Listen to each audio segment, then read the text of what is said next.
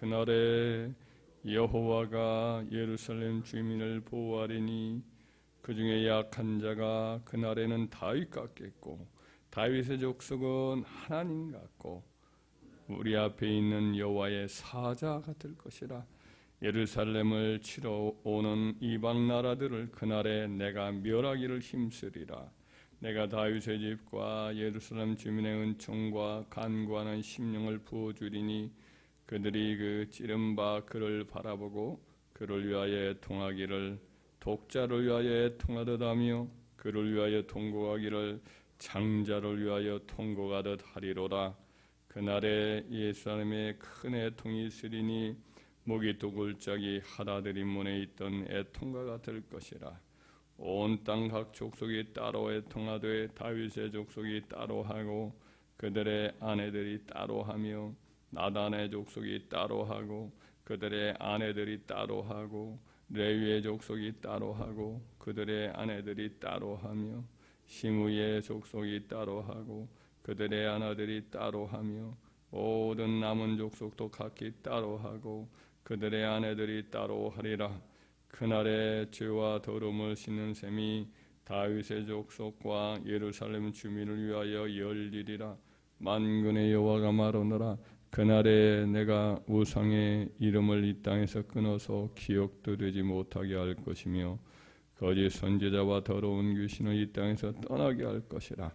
사람이 아직도 예언할 것 같으면 그 낳은 부모가 그에게 이르기를 네가 여호와의 이름을 빙자하여 거짓말을 하니 살지 못하리라 하고 낳은 부모가 그가 예언할 때 칼로 그를 찌르리라.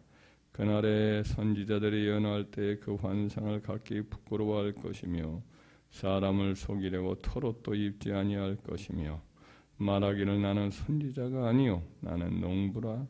내가 어려서부터 사람의 종이 되었노라 할 것이요 어떤 사람이 그에게 묻기를 내 두 팔 사이에 있는 상처는 어찌 됨이냐 하면 대답하기를 이는 나의 친구 집에서 받은 상처라 하리라. 아멘.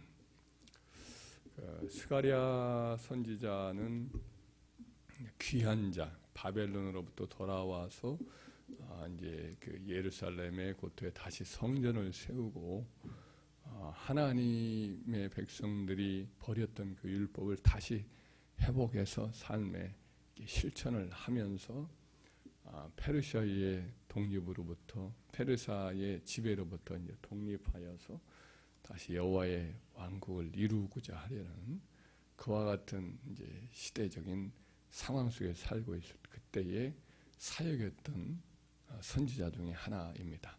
그때 다른 선지자는 학개라는 선지자가 있었고 조금 시기가 좀 늦췄을 때가 이제 말라기 선지자죠. 그러니까 예수님이 탄생하시기 전에 약 400년 정도, 450년 정도 그 이전에 그때 이제 귀한 자 가운데 활동했던 선지자입니다.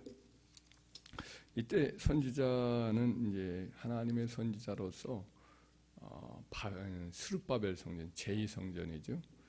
성전 터만 있고 아무 없던 그때에 하나님이 그 백성들에게 너희가 어찌하여 자기의 집은 자기의 집 판벽한 집에 거하면서 여호와 성전은 저렇게 황무하게 내버려 두느냐 하면서 그들에게 성전을 다시 짓도록 이렇게 감동을 주어서 그들로 하여금 성전을 짓도록 성전 짓다가 또 그만둔 일이 있었는데 그 일을 다시 한번 용기 있게 끝까지 해내도록 여호수아 대제사장과 그리고 스룹바벨 총독들을 그리고 여러 백성들을 격려하면서 직접 이제 성전 재건에 몸을 바쳐서 그 일에 힘을 이렇게 더해 주었던 훌륭한 선지자입니다.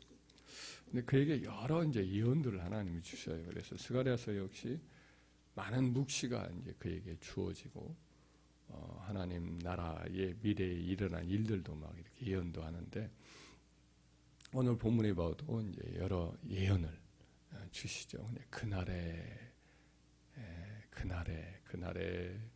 다윗의 족속과 예루살렘 주민을 위하여 죄와 허물을 씻는 셈이 열리리라. 뭐 이런 말씀들. 그날에 이렇게 그날의 다윗과 같겠다. 모든 이스라엘 하나님 백성이 다윗과 같겠다. 하나님의 앞에 있는 사자, 그러니까 천사들이죠. 천사들 같겠다. 이렇게 이제 그날에란 말을 했어요. 이것이 이제 메시아의 시대를 말합니다. 메시아의 시대가 되면 그리스도가 오시면 그때 이런 변화가 있겠다. 이런 복된 영적 은혜가 있겠다. 이런 말씀을 하되 여기서 보면 그리스도의 날이 오면 그들이 다 영적으로 하여튼 다윗과 같이 담대해질 것이다. 그리고 영적인 영적인 이방인들이죠. 불신자들과 맞서 싸워 승리할 것이다. 또 그날에는 은총과 간구하는 성령을 부어주겠다. 또 그날에 죄와 더러움을 씻는 샘이 열려서 지난날의 모든 죄와 허물을 깨끗이 씻어내겠고 우상도 끊고 개인적인 거짓 예언이라든지 어떤 귀신에게 사로잡히고 그들을 섬기는 활동이라는 것이 다 이제 차단되게 될 것이다. 이런 예언을 했습니다. 특별히 이제 대규모 회개와 기도 운동이 일어날 것이다라는 예언을 이제 10절의 중심으로 해서 하셔요. 그것이 이제 어느 때 이루어지느냐? 바로 예수 그리스도께서 세상에 오셨고 또 그를 믿는 자들에게 약속을 하시기를 보혜사 나와 똑같은 또 다른 보혜사를 너에게 보내주겠다라고 말씀했던 성령 강림 사건을 예언을 하시죠. 예수님 오셔서 그리고 나서 또 예수님이 죽으시고 부활하신 후에 50일 만에 그 일이 실제로 이루어졌습니다. 마가다락방에 사도들과 120문도가 모였을 때에 10일 동안 그러니까 기도해 왔는데 성령이 임하니까 뜨겁게 통곡을 하면서 기도를 했어요. 그랬더니 닫혀 있었던 그 집안의 한 다락방에서 기도하는 소리가 뭐 그냥 봇물 터지듯 막 기도 소리가 밖에까지 나가죠. 사람들이 그때 오순절이었는데 거리에 이렇게 왔다가 아침 한 9시 정도에 나와서 순례자들이 다 성전으로 가는데 그 소리에 이끌려서 예루살렘이 아주 크지 않거든요. 어느 정도나 될까요? 여기 쌍용동 한 3동, 4동, 한 3동 내지 3동 정도? 그 정도 크기가 될지 모르겠습니다. 우리 목사님 갔다 오셔서 알겠지만 하여튼 아주 크지는 않을 거예요. 그러니까 이와 같은 곳에 그 소리가 막 그 성읍 전체를 막 울려 퍼지듯 소리가 이렇게 나왔어요. 그러니까 간구하는 영, 기도의 영이 임한 거지. 소리가 너무 크고 천둥 벼락 치듯 막 봇물이 터지듯 사람들이 기도를 한 거예요. 그게 이제 간구의 영, 기도의 영이 임한 거지. 원문에 보면은 우리 10절에 보면 그들이 이제 은총, 내가 다윗의 집과 예루살렘 주민에게 은총과 간구하는 심령을 부어주리니 그랬어요. 은총과 간구하는 심령이라. 심령은 우리 마음속에 있는 영을 말하는 우리의 영이에요. 그러나 원문에 보면 그것이 루아우라고 되어 있어요. 그러니까 그 히브리 말 자체가 구분을 잘 안 해요. 우리의 마음이란 말은 다른 단어가 있지만 여기서 영을 썼기 때문에 이 영을 심령이라고 하지 않고 영이다, 성령이다 이렇게 신학자들은 대부분 그 부분을 그렇게 해석들을 해요. 그래서 은혜라고 하는 그리고 간절히 이제 기도하고 간구하고 청해서 막 구하는 그런 성령이 임하셨다는 거죠. 그들 모두가 은총, 은혜 받은 심령이 되어서 은혜를 갈구하는 심령이 되어서 간절히 기도하는 성령을 받으니까 뜨겁게 울면서 통곡하면서 열렬히 기도하는 기도형이 사로잡힌 거죠. 그 기도형이 사로잡히니까 그날에 일어날 일들이 다 응답이 돼요. 사자같이 다윗같이 용맹해지겠다 했더니 겁쟁이 다 두어서 그냥 숨어 들어가서 꽁꽁 문 닫아 놀고 기도하던 기도 소리도 조용히 했겠죠. 그랬던 사람들이 뭐 문을 활짝 열고 사자같이 담대하게 거리로 쏟아져 나와서 복음을 전하는 사람이 됐잖아요. 다 다윗과 같은 용사들이 되어서 골리앗하고도 맞서겠다고 담대히 사내된 공의 의원 앞에 목을 내놓고 복음을 전한다고 그렇게 선포를 하지요. 또 베드로가 그날에 성령이 충만하니까 모인 그 사람들 복음을 전할 때에 진리를 전할 때에 애통을 하기 시작해요. 사람들이 막 베드로가 설교할 때 3,000명, 5,000명이 그날에 통곡하며 회개하며 울었어요. 10절 후반절에 보면 그들이 그 찌른 바 그를 바라보고 찌른 바 그를 원문에는 엘라이라고 되어 있는데 나를 찌른 바 나를 바라보고 하나님이 하신 말씀인데 하나님이 찔림을 당한다 이런 표현이 되어 있어요. 그러니까 참 예수님이 오시기 전에 400년, 450년 그 전에 이미 하나님이신 그리스도께서 십자가에서 대못에 찔리고 창에 찔리는 그런 일을 일어날 것을 말씀을 해요. 하나님이 찔림을 당한다. 창에 찔리고 학대를 당해서 무참하게 찔려서 고통을 당한다는 것은 있을 수가 없죠. 하나님이 보일 수도 없고 볼 수도 없는 빛으로 충만한 그분이 어떻게 찔리겠어요. 그러니까 우리 주님이 하나님이신 그분이 이와 같이 찔림을 당할 것을 2000년 바로 450년 내내 예언이 되죠. 근데 그 찌른 바 그를 바라보고 그를 위하여 애통을 하기를 독자가 애통하듯 하고 장자를 위하여 통곡하듯 하리라 이런 말씀을 하고 있어요. 그냥 외아들을 잃었을 때 얼마나 통곡하겠어요. 큰아들을 잃었을 때 얼마나 통곡하겠어요. 그와 같은 애통이 본물처럼 막 쏟아지는 애통을 하면서 실제로 이제 그 오순절 날 성도들이 그렇게 큰 소리로 울면서 회개하면서 돌아오거든요.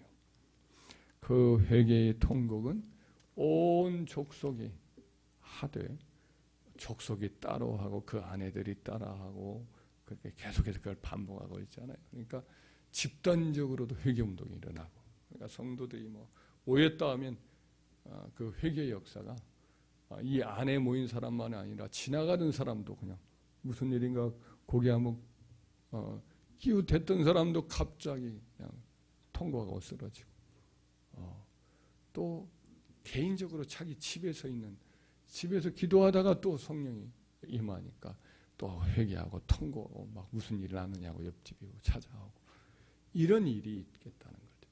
그러니까 집단적인 회개운동과 개인적인 인격적인 하나님과의 만남이 또 이루어졌는데 실제로 우리나라 1907년에 평양 대부흥운동의 기록을 보면 다 이렇게 돼요. 이용도 목사님의 회개운동의 역사 내용도 보면 집회에 그냥 지나가다가 기웃거리고 왔다가 그 사람도 통곡하며 회개하고 돌아오는 그런 역사가 있었던 거죠.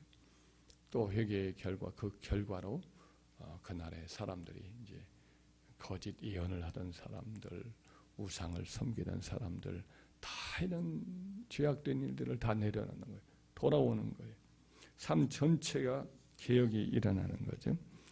초대교회 시대 때 일어났던 하나님의 은혜, 이런 영적 은혜의 모습이고 그 이후에 역사가 진행되면서 성령이 한 번씩 찾아오면 이런 일들이 일어나곤 했어요.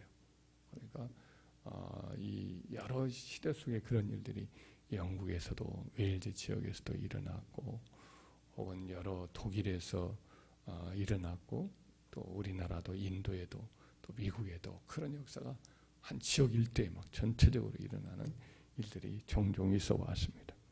성령이 임하시면 은총과 간구하는 심령을 영을 부어주시면 사람이 완전히 달라지는 거예요. 성령의 역사 중에 하나가 바로 큰절의 은혜를 삼아는 그런 마음을 받는 거지. 또 간절히 기도를 막 뜨겁게 하는 거예요. 성령이 막 기도의 영을 영이시니까요. 그래 우리 마음도 어떻게 보면 우리 마음의 상태를 우리가 느끼잖아요. 어떤 때는 마음이 뜨겁고 하나님을 향해서 뜨겁고 막 은혜를 사모하고 영적으로 부흥되었다라는 걸 느낄 때가 있어요, 없어요? 그 부흥의 시기가 어떤 때는 두어 달, 세 달 이렇게 가곤 할 때가 있지 않아요? 저 같은 경우로 이렇게 보면 몇 년 사이 이렇게 보면 부흥이 와요. 영적인 부흥의 시대가 와서 간절히 계속 사모하게 되는 마음이 있어요. 그래 몇 달 지나면 또 어떤 좀 수그러드는 것 같아요. 수그러드는 것 같아요. 어느 계기가 있어요. 어느 계기로 그런 마음을 주시는 것 같아요. 그래 그 계기가 되면 몇 개월씩 계속해서 은혜 속에 살죠. 그러나 또 어느 시기가 되면 그 시기가 지나면 또 조금씩 냉랭해지고 좀 이렇게 좀 딱딱해지고 이렇게 마음이 이렇게 막 이렇게 뜨겁게 자발적으로 충만해진 상태가 되는 그런 상태가 아니라 좀 뭐 이렇게 어느 정도만 물이 채워져 있다 우물에 그러면 물이 솟아오르는 단계는 아니고 물이 이렇게 좀 잠잠하게 채워 있는 상태로 유지되는 그런 것을 느낍니다. 이것이 성령이 주시는 은혜예요. 주권적이에요. 그것도 내가 하고 싶다고 사모한다고 해서만 꼭 바로 이루어지는 것은 아니고 어느 때가 되면 성령이 찾아오셔서 어떤 계기를 통해서 그 은혜를 주셔요. 할렐루야. 누가 은혜 받으면 그 은혜가 전임될 때도 있어요. 매년 전인데 우리 강소희 전사님이 부흥을 한번 경험을 했는데 그 부흥이 저희 집안 전체를 싹 휘감은 때가 있었던 기억이 나요. 저도 얼마 전에 정필도 목사님 그분이 소천하면서 그분에 대해서 이제 관심이 가지면서 몇 개월 동안 이렇게 은혜 시대가 있었어요.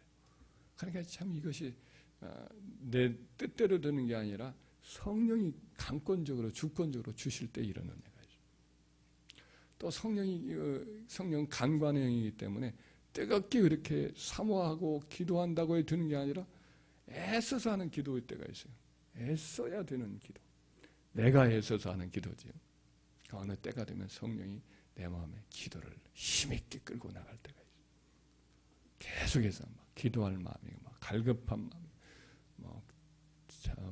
차를 타고 다닐 때도 기도하게 되고 산에 가서 기도하게 되고 그냥 성전에 와서 엎드려 기도하게 되고 기도를 늘 차납게나 막 방언하면서 기도하게 되는 그런 때가 또 있죠. 성령이 바로 기도의 영인 줄 믿으시기 바랍니다. 이 성령이 오시기를 사모하기를 바랍니다. 할렐루야. 우리 한국교회도 바로 은총과 간관의 성령의 은혜를 우리가 입어야 할 때고 우리 교회도 이 은혜가 전체적으로 임하기도 하고 또 각각 임하기도 하는 은혜가 있기를 소원합니다. 그래서 정말 주님이 원하시는 그와 같은 놀라운 역사로 다윗처럼 담대하고 또 뜨겁게 기도하고 또 죄를 씻고 그날의 예루살렘과 다윗의 족속을 위하여 허물과 죄와 허물을 씻는 셈이 열리리라. 죄가 씻어지고 죄의 세력이 범접도 못하고 이런 역사가 있는 그런 성령의 충만한 그런 은혜를 받기를 주의 이름으로 축원합니다.